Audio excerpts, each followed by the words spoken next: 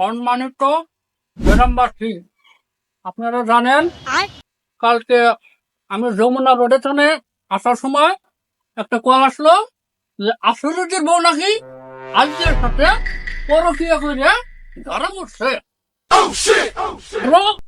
Phone করে করলো যারা নুটুপুটু করে গুটুকুটু করে লুচ্চামি করে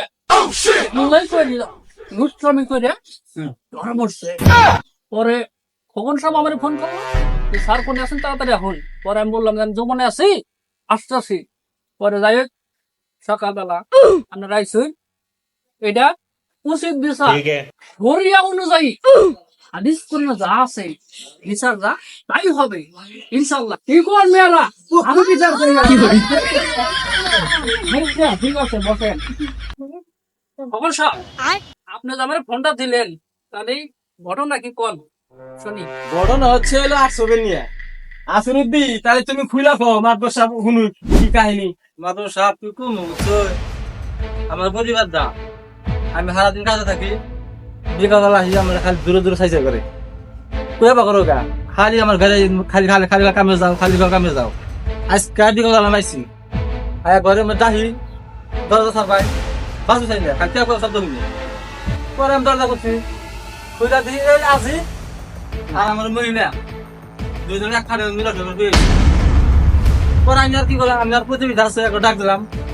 ডাক দেয় আমার ঘর বাইরে তালা হয়ে গেছি, যাবো কাজ করে 25 ডাক দেয় না দেখাইছি। এই বন্ধে ঘটনা আজকে আমি যেন আপনার খালি ডাকছি। এই মেয়েরা আসরুদ্দি যে ঘটনাটা কইলো এটা কি আসলে সত্যি?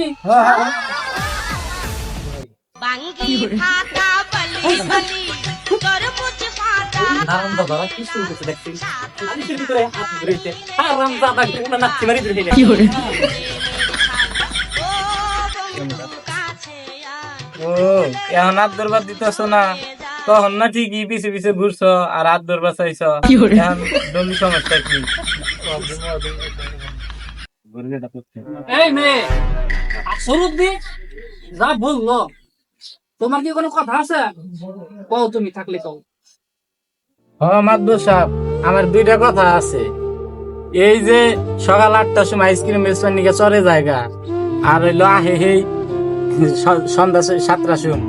আমি যে কি ভাই থাকি এই বেলা, হে কি জানে, হে কি আমার খোঁজ খবর নেয়।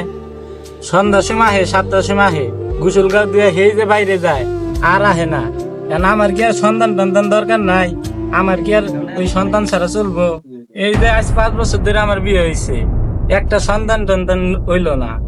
আমি যে কি ভাই থাকি এটা আমি একাই বুঝি। আমি ওর ভাত খামু না, আমি আজিজের ভাত খামু। হ্যাঁ ধর্মের মধ্যে না কি শুরু করছাম মানুষের না কি কবে? হ্যাঁ